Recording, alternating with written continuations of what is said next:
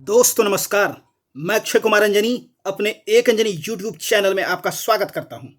आज के इस वीडियो में हम स्वतंत्र हैदराबाद एवं कर्नाटक राज्य के बारे में चर्चा करेंगे। यह कोर्स यूनिवर्सिटी और बोर्ड एग्जाम के साथ साथ खास तौर से प्रतियोगिता परीक्षाओं को ध्यान में रखकर डिजाइन किया गया है, जिससे आपको निश्चित ही मदद मिलेगी। तो कृपया इस वीडियो के अंत तक बने रहें और इसे ज़्यादा से ज़्यादा लाइक और शेयर करें।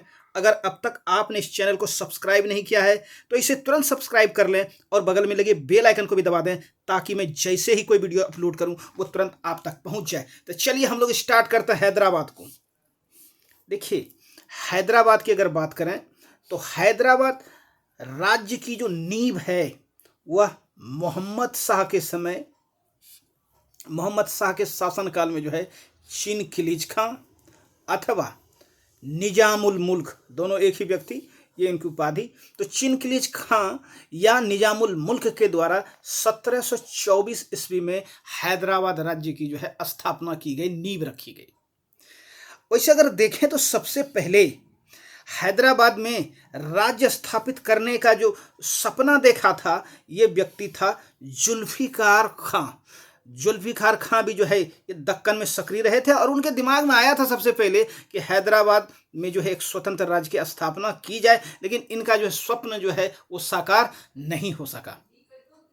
जैसा कि आप जानते हैं, सैयद बंधुओं के खिलाफ चिन खिलीज खां ने महत्वपूर्ण भूमिका निभाई थी और इसके वजह से जो है क्या हुआ कि जो मोहम्मद शाह है वो काफ़ी खुश हो गए और उन्होंने 1720 ईस्वी में दक्कन का सूबेदार बनाया।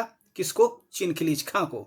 और इस तरह से 1720 से लेकर 1722 तक ये जो है इस काल अवधि में ये दक्कन के सूबेदार रहते हैं और दक्कन में अपनी स्थिति जो है मजबूत करते हैं। देखिए, एक चीज़ है कि सैयद बंधुओं के खिलाफ किस तरह से चिन खिलीज खां ने भाग लिया और किन किन लोगों ने महत्वपूर्ण भूमिका निभाई, ये जानकारी आपको होनी चाहिए। अगर ये जानकारी आपको नहीं है तो इसका मतलब है आपने पिछला वीडियो जो है नहीं देखा है, वहाँ पर जाके देखिए, बहुत डिटेल में चीज़ों को बतलाया गया है। चलिए यहाँ पर हम लोग आगे बढ़ते हैं।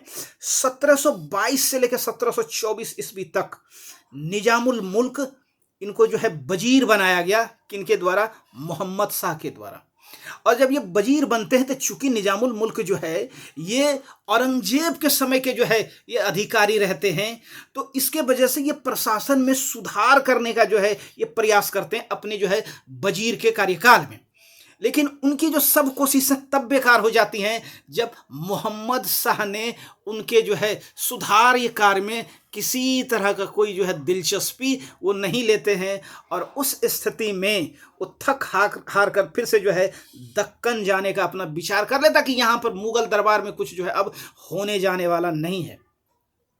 इस उद्देश्य से 1723 ईस्वी में शिकार का बहाना करके, शिकार अभियान पर जो है जाने का बहाना करके ये दक्कन की ओर जो है प्रस्थान करते हैं और दक्कन चले जाते हैं। इस समय अगर देखें तो दक्कन या दक्षिण भारत का जो सूबेदार रहता है वो रहता है मुबारिज खां।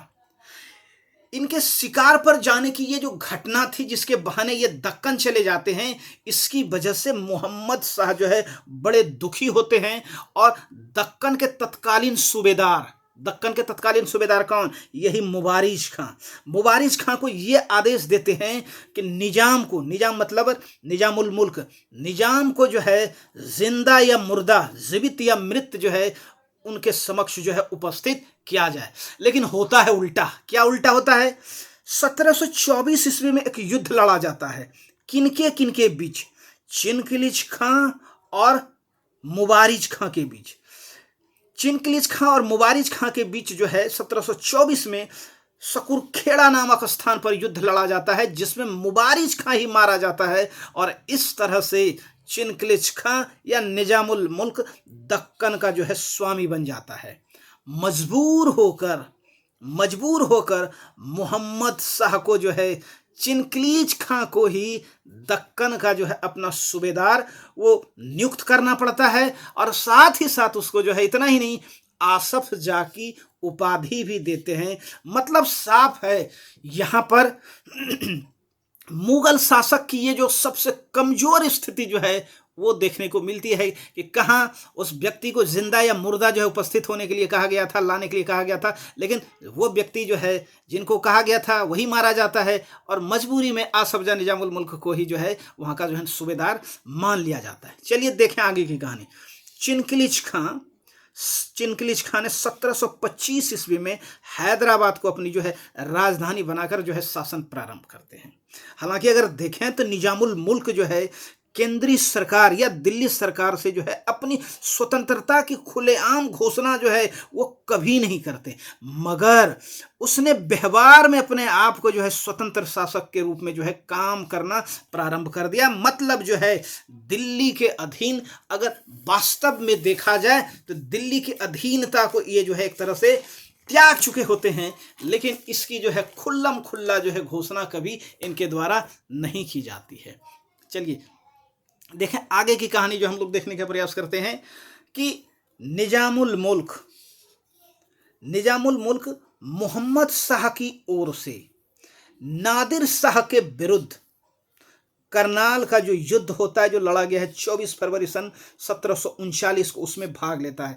ये हो सकता है आपको थोड़ा सा यहाँ पर अनजान लगे, लेकिन अगर आपको ये अनजान लग रहा है, मैं फिर कहता हूँ आप जाइए और जो हम लोगों ने मुगल वाला जो चैप्टर हम लोगों ने डिटेल से इसको कवर किया है उसको जाकर प्ले लिस्ट में देख सकते हैं। आपकी जो है जो भी समस्याएं हैं वो दूर हो जाएंगी। इस युद्ध में, करनाल के युद्ध में मोहम्मद शाह की पराजय होती है और पराजय के बाद उनको संधि करनी पड़ती है। और किस तरह की संधि होती है ये भी आप वहां जाके देख सकते हैं। पराजय के बाद उनको संधि करनी पड़ती है और इस संधि में महत्वपूर्ण भूमिका निभाता है मध्यस्थ के रोल में कौन? ये निजाम जो है मध्यस्थ की भूमिका निभाते हैं और मोहम्मद शाह और नादिर शाह के बीच जो है संधि करवाने में जो है वो सफल रहते हैं और मोहम्मद शाह इस बात से बड़े जो है खुश होते हैं और निजामुल मुल्क को जो है मीर बख्शी का जो है पद दे देता है। अब देखें यहाँ पर जो है निजाम के बारे में जो है क्या टिप्पणी रहती है नादिर शाह की, उसको देखिए। दिल्ली में लौटने से पूर्व नादिर शाह ने मुगल सम्राट शाह मोहम्मद शाह को जो है कुछ सलाह दी कि जो है निजाम के विरुद्ध जो है कुछ सचेत किया और यह कहा, क्या कहा भाई, कि यह व्यक्ति कौन? निजामुल मुल्क, यह व्यक्ति आवश्यकता से अधिक महत्वाकांक्षी और चालाक है और इससे जो है संभल के रहने की आवश्यकता है। ये जो है हिदायत दी गई किनके द्वारा? नादिर शाह के द्वारा जो है किनको? मोहम्मद शाह को। निजामुल मुल्क ने दक्कन में मुगलों के नमूने पर जो है जागीरदारी प्रथा चलाकर सुव्यवस्थित प्रशासन को देने का प्रयास किया और उसमें उनको जो है सफलता भी मिली और अपनी सत्ता को मजबूत किया। घटना घटती है 1748 में। 1748 में क्या होता है भाई? निजामुल मुल्क की जो है मृत्यु हो जाती है और उनके मरने के बाद हैदराबाद भी उन्हीं विघटनकारी शक्तियों का जो है शिकार हो जाता है, जिस तरह का शिकार जो है दिल्ली दरबार हो चुका होता है, या दिल्ली दरबार में जिस तरह के विघटनकारी शक्तियां जो है वहां पर सक्रिय रहती है। और इसका दुष्परिणाम ये होता है कि इन विघटनकारी शक्तियों की वजह से जो है जो यूरोपीय कंपनी है उनको भारतीय राजनीति में जो है हस्तक्षेप के या प्रवेश का जो है सुनहरा मौका मिल जाता है। मतलब इन शक्तियों की आपसी झगड़े ने जो है यूरोपीय कंपनी को जो है यहाँ पर हस्तक्षेप का मौका दे दिया। देखेंगे हम लोग जो है एक एक करके किस तरह से उनको जो है ये किस तरह का हस्तक्षेप रहता है। सारी चीज़ों को हम लोग एक एक करके जो है अगले वीडियो में देखने का प्रयास करेंगे। सबसे पहले निजामुल मुल्क के बारे में थोड़ा सा शॉर्ट में जानकारी यहाँ पर रखिए, यहाँ से सवाल पूछे जाते हैं इसी चीज़ को जिसको हम लोगों ने चर्चा की। सबसे पहले देखें निजामुल मुल्क, इनका नाम चिनकिलिच खां भी रहता है। सैयद बंधुओं के विरुद्ध षड्यंत्र में भाग लिया 1720 ईस्वी में और इससे खुश होकर उनको जो है दक्कन का सूबेदार बनाया जाता है। 1720 से 22 तक ये दक्कन के सूबेदार रहते हैं। 1722 से 24 के बीच जो है ये वजीर के पद पर आसीन रहते हैं, लेकिन वजीर के रूप में ये जो सही तरीके से काम जो है कर नहीं पाते हैं, उनको सहयोग नहीं मिल पाता है और दिल्ली दरबार से ये जो है दक्कन के लिए पलायन कर जाते हैं। कब? 1723 ईस्वी में। सुकरखेड़ा के युद्ध में निजाम मुबारिज खां को पराजित करता है। ये घटना है 1724 को, जहां पर मुबारिज खां को ये आदेश था कि जिंदा या मुर्दा जो है निजाम को पकड़ कर लाइए। होता है उल्टा, और इसके बाद जो है दक्कन का सूबेदार घोषित किया जाता है और साथ ही साथ उनको जो है आसफ जाह की उपाधि भी मिलती है। किनको? निजामुल मुल्क को। और यहाँ से वास्तव में स्वतंत्र शासक के रूप में दक्कन में काम करना प्रारंभ कर चुका होता है। करनाल के युद्ध में जो 1739 ईस्वी में जो है लड़ा गया होता है, यहाँ पर संधि में मध्यस्थ की भूमिका निभाने की वजह से इनको मीर बख्शी का पद मिलता है और इस तरह से जो है मीर बख्शी का पद पर कार्य करते हुए और स्वतंत्र हैदराबाद के रूप शासक के रूप में कार्य करते हुए, नवाब के रूप में कार्य करते हुए इनकी मृत्यु 1748 में हो जाती है। और इनकी मृत्यु के बाद यहाँ पर मतलब जो है हैदराबाद में विघटनकारी शक्ति जो है यहाँ पर सक्रिय हो जाते हैं और इस तरह से यूरोपीय कंपनी को भारतीय राजनीति में हस्तक्षेप का मौका मिलता है। तो ये कुछ बातें जो है हैदराबाद के बारे में। अब हम लोग जो है लगे हाथ जो है दक्कन की एक और जो है शक्ति, एक और राज्य, स्वतंत्र राज्य कर्नाटक के बारे में थोड़े से चर्चा कर लें। कर्नाटक के बारे में अगर देखें तो कर्नाटक मुगल दक्कन का या दक्कन मुगल का एक सूबा था जो हैदराबाद के निजाम के अधिकार क्षेत्र में आता था, पड़ता था। व्यवहार में जिस प्रकार हैदराबाद का निजाम दिल्ली के सरकार से स्वतंत्र हो गया था, ठीक उसी प्रकार कर्नाटक का नवाब भी हैदराबाद से स्वतंत्र हो गया था और अपने पद को वंशानुगत कर चुका था। मतलब जिस तरह से जो है हैदराबाद की जो स्थिति दिल्ली के संदर्भ में थी, वही स्थिति कर्नाटक की स्थिति जो है हैदराबाद के संदर्भ में थी। चलिए आगे देखें कि जो है सादुतुल्लाह खां ने स्वतंत्र कर्नाटक राज्य की स्थापना की और इन्होंने आरकट को अपनी राजधानी बनाई। किसने? सादुतुल्लाह खां ने। सादुतुल्लाह खां ने अपने भतीजे दोस्त अली को हैदराबाद का जो है नवाब बना दिया। अब हैदराबाद का जो है अपना उत्तराधिकारी घोषित कर दिया, वहाँ नवाब बना दिया। और इसमें जो है निजाम की अनुमति नहीं ली गई। कायदे से लेना चाहिए था, लेकिन चूंकि अपने पद को वंशानुगत बना चुके थे, इसलिए जो है वो इस चीज को आवश्यक नहीं समझे।